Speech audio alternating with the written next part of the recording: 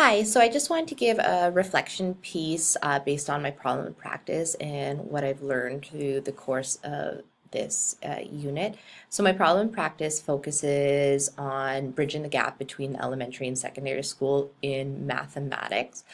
And it's kind of taken me this stream in the last 2 years because I have been working so much in the math department and I've been part of what's called Engaged Math in the Peel District School Board, which we do actually get to work with the elementary teachers. We've been invited into their schools, they've been invited into our schools, and trying to bridge that gap of why aren't our students having as much success in certain areas, I would say. The students that we get are really good at patterning and recognizing patterning, but I would say they're weak in their algebraic skills and their proportional reasoning. So proportional reasoning is multiplication. So 2 times 2 equals 4, or that 4 is a component of 16. So that is when we're talking proportional reasoning. And you kind of need those skills in order to understand further units, for such as right now I'm teaching grade 10 factoring. And if you know anything about factoring, it's finding two numbers that add to a certain number and two numbers that multiply to a certain number, and those two numbers have to be the same, but there's no formula to do it. It's really thinking about your multiplication tables. So that's where we're trying to improve our students in our school right now.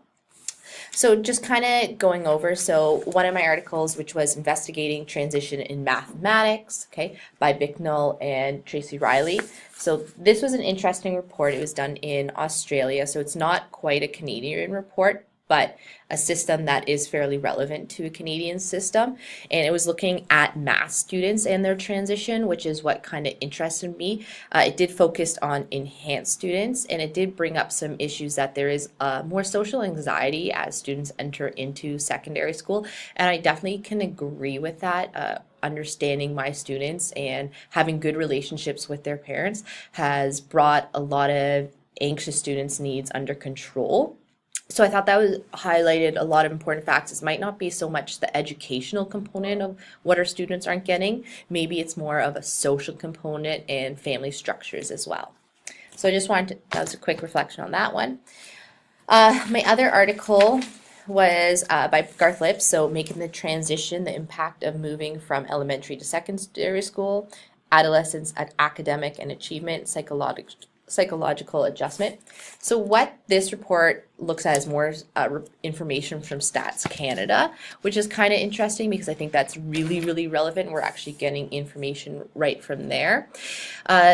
Again, it found academically wise that students are not succeeding as much. I would say my staff might argue against that, and as they've said, they've seen decreases in certain areas of students' understanding in mathematics, which is relevant. So I can definitely say, like, the multiplication tables, because students don't practice them, as some of us did in elementary school very repetitively, they don't have as good of an understanding of them. They know how to multiply, but it's that quick thinking kind of math where they're lacking. They're a little bit better at taking their time and maybe working through a problem. So that was an interesting study just because it does look at the Canadian aspect. They're saying that the education hasn't changed much on the end, but again, it highlights that there is issues more around anxiety, social issues that really hinder student success instead of actually the bridging the gap of the curriculum in general. Another piece I want to actually bring up is with Doug Ford coming into position, a lot of stuff going on in the teaching, is focusing on the fundamentals of math. So this is the article that Doug Ford kind of gave out, and I actually have to pretty much agree with this. I think the curriculum change in the elementary school system will actually help us in the secondary school, because what he wants, or not he, what they want to happen is, again, going back to a lot more of those basic math skills. And even though it's repetitive in nature, and I say repetitive because to practice something you have to be repetitive, and I am a big believer of practicing something to be repetitive. Neuroscience I studied in university as well, and that was one of something. If you want to become perfect at something, you have to put 10,000 hours into something.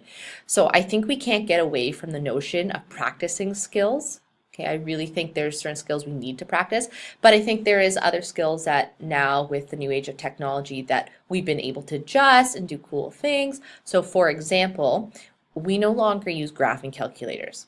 What we use is a program called Desmos. It's so much more user friendly for our students. And I think when we talk about technology and research, it's like what things can the students use that still allow them to understand the material, but doesn't take away from them fully understanding it as well, or just bypasses the component that they need to really be able to recognize this, such as multiplication.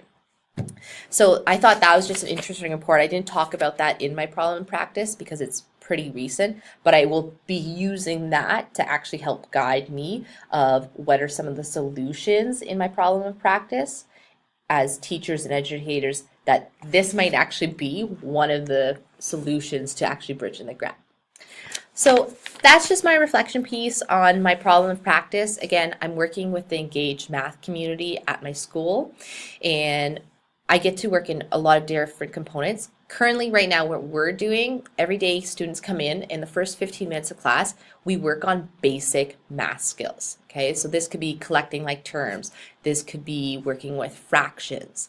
And what we do is we kind of line it up to the areas they're working with in class. And we have found such a difference in, for example, factoring, the ability to understand factoring, because we practice it for almost 8 weeks straight at the beginning of class every day. And it's that repetitive practice that, oh, they get it. And then because you use factoring so much in the university and academic stream, they go into grade 11, they go into grade 12, they're so much better at it. And we have found that just this 15 minutes every day of these classes has made such a huge difference. And we've actually started to share that around the Peel District School Board. And in hopes that it takes off, we actually have files and files of creations of these daily maths for all different courses. So I just wanted to touch base and kind of show you where I'm going with my problem and the research that I found I'm using and to guide me in that direction. Thank you. Bye.